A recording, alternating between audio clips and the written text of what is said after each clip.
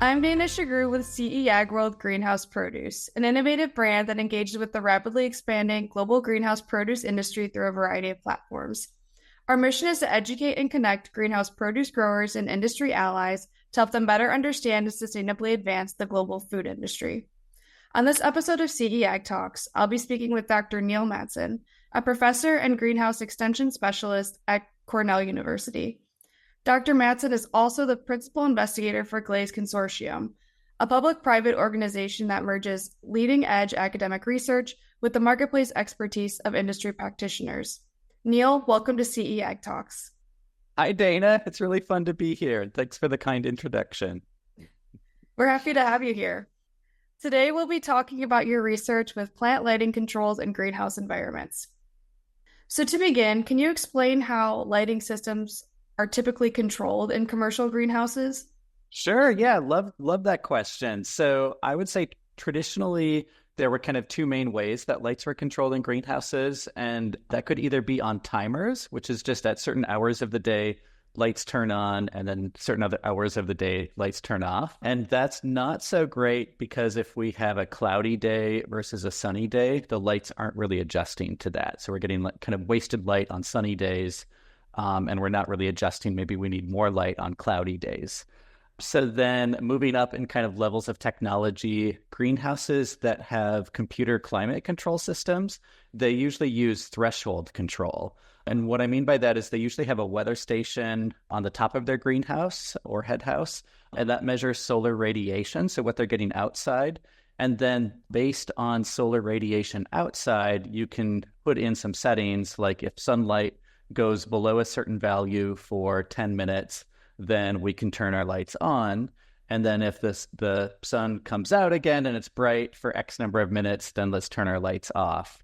And that works okay, but what it doesn't do a great job of is actually understanding how much light crops are getting where they are at inside of the greenhouse, because it's measuring outdoor radiation. And also, it doesn't do a great job of kind of tracking the daily light integral or the total amount of plants that lights have received during the day. So that can often result in situations with overlighting or underlighting and ultimately not hitting your target for the day. Thank you for answering that. Now, I know you've done some extensive research with plant lighting controls, specifically the light and shade system algorithm, or LASSI. And I know it was originally developed so that growers could use supplemental lighting when it was less expensive for them. Can you explain how that works? Sure. Yeah. So this algorithm was originally invented in the 1990s by my predecessor at Cornell University, who's Lou Albright, and it was originally developed for head lettuce. And the idea is we have in Ithaca, New York, in central New York, we have highly fluctuating lighting conditions from day to day or even hour to hour. And so he wanted to find this coordinated approach to hit lighting levels. Then one thing for lettuce specifically is that there's kind of a penalty if you overlight. And so for lettuce, if we give it too much light, plants grow too fast, and we get a physiological disorder that's called leaf tip burn, which is a calcium disorder, but ultimately it's due to the plant growing faster than what the roots can take up calcium. And so for lettuce, it's really important to also not exceed a daily light integral target.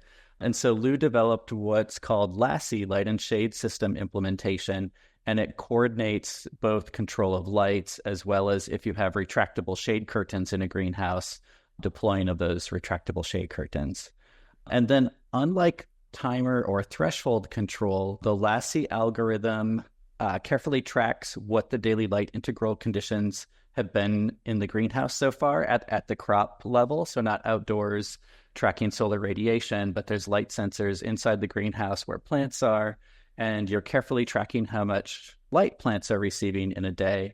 And at each time step, which was originally 1 hour when it was developed for high pressure sodium lights, the algorithm would say, okay, am I expected to, or is there a chance I could get enough light from the sun that I don't have to turn on my lights right now? Can I push that decision off for another time step? And then doing that, trying to push lighting more into the nighttime when you can get cheaper electrical rates. Typically, those are called off-peak electricity rates.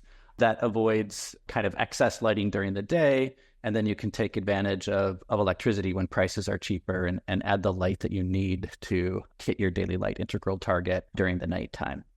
Awesome. Now, I know more recently you've been working to develop real-time or RT LASSI for glaze. Can you tell us a little bit more about that research?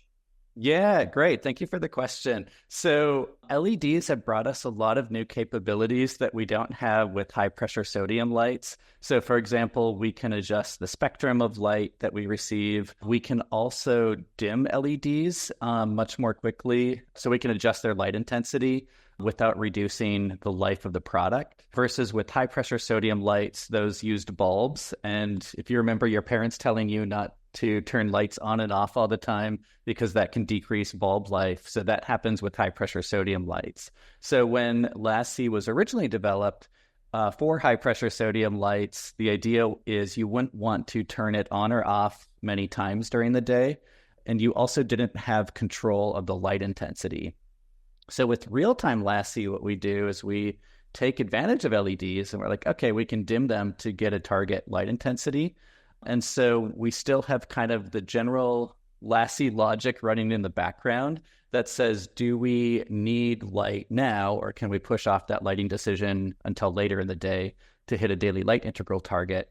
And then if we call for lighting, we set a light intensity target. And I'll give an example. For greenhouse lettuce, maybe 300 micromoles per meter squared per second could be a common lighting target for supplemental lighting. And if the sunlight gives us, say it's kind of partially cloudy, partially sunny outside, maybe we're getting 150 micromoles of light from the sun. So what real-time LASSI does is it says we don't have to turn the LEDs all on. We can turn them partially on to complement the sun to hit that instantaneous light target of 300 micromoles per meter squared per second. And that has some nice benefits for the plant. So as plants are using sunlight for photosynthesis, if we give them too much light, photosynthesis kind of maxes out. And actually that can kind of stress the plant because they have to dissipate that extra energy. And so having this dimmability component added means that we can stay in the part of the photosynthesis curve where plants are still responding very nicely to added light, and they're not at the stage where photosynthesis is plateauing, and so additional light is wasted. Well, Neil, thank you for taking the time to talk with me about your research, and I look forward to talking again more about what you uncover. That sounds great. Thanks for having me today. Take care.